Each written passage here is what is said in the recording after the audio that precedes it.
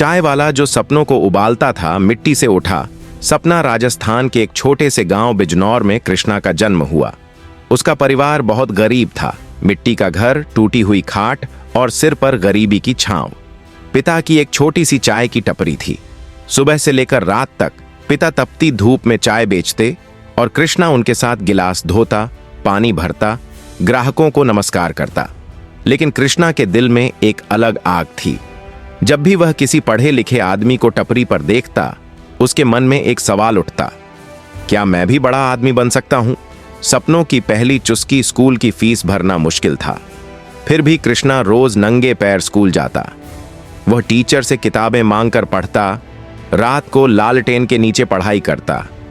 एक दिन उसके स्कूल के प्रिंसिपल ने कहा, बच्चों, सपनों को मत छोड़ो, वरना जिंदगी खुद को छोड़ देगी। यह वाक्य कृष्णा के दिल में छप गया। उस दिन के बाद कृष्णा ने तय कर लिया, चाहे जितनी गरीबी हो, मैं हार नहीं मानूंगा। चाय की टपरी बनी सपनों का अड्डा।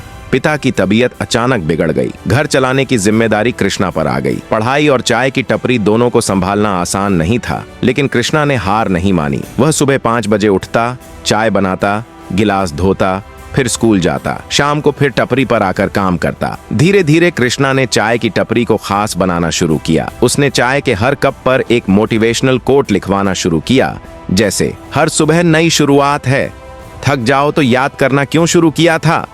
लोग चाय पीने के साथ कृष्णा के विचारों को भी चखने लगे। पहला झटका, एक दिन गांव के बड़े नेता ने कृष्णा की टपरी को हटाने का आदेश दे दिया। कहने लगे, यहाँ गंदगी फैलती है। कृष्णा टूट गया। उसने सोचा, क्या गरीबी गुनाह है? पर उसकी माँ ने उसके कंधे पर हाथ रखते हुए कहा, बेटा, हार मानना गरीबी से भी बड़ा अपराध है। कृष्णा ने फिर से खड़ा होने का फैसला किया। वह गांव से दूर सड़क किनारे टपरी लगाने लगा। अब वह हर ग्राहक से एक नई कहानी सुनता, सीखता और आगे बढ़ता। चाय में सपनों की खुशबू।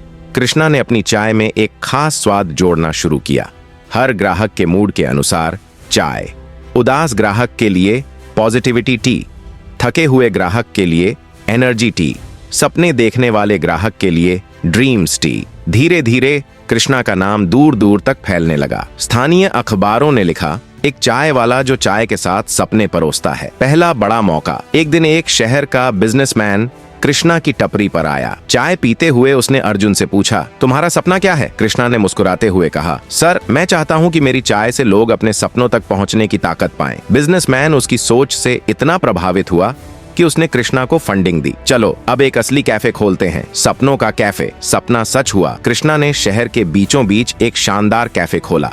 उसने उसे नई चाय की दुकान का नाम रखा, ड्रीम्स टी कैफे। हर दीवार पर मोटिवेशनल कोट्स थे, हर टेबल पर किताबें रखी थीं, हर चाय के कप पर लिखा होता, सपनों की चुस्की लो। कृष्णा खुद भी रोज सुबह सबको मोटिवेशनल स्पीच देता। सपने देखने का हक हर गरीब को भी है। दुनिया की उड़ान कृष्णा का कैफे इतना फेमस हो गया कि वह टीवी चैनलों पर आने लगा। टीवी शो, इंटरव्यू, अखबार, हर जगह कृष्णा की कहानी थी। और एक दिन उसे टेडेक्स में बुलाया गया। उसने हजारों युवाओं के सामने खड़े होकर कहा, मैंने चाय बेची पर अपने सपने कभी नहीं बेचे। मैंने गरीबी देखी पर खुद को कभी गरीब नहीं समझा। अगर चाय वाला भी सपने देख सकता है तो तुम भी देख सकते हो। पूरा हॉल तालियों से गूंज उठा। कृष्णा का नया सपना। अब कृष्णा सिर्फ कैफे नहीं चलाता था, बल्कि गांव गांव जाकर गरीब बच्चों के लिए फ्री एजुकेशन प्रोग्राम चलाता था। उसने गांव में एक किताब घर खोला, नाम रखा सपनों की लाइब्रेरी, जहां हर बच्चे को फ्री में किताबें, इंटरनेट और पढ़ाई का मौका मिलता।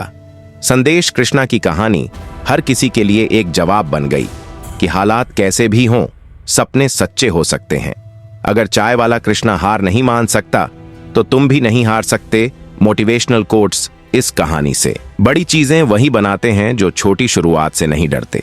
अगर ये सपने बड़े हों तो साधन नहीं, साहस मायने रखता है। जो खुद को छोटा समझता है वही बड़ा बनता है।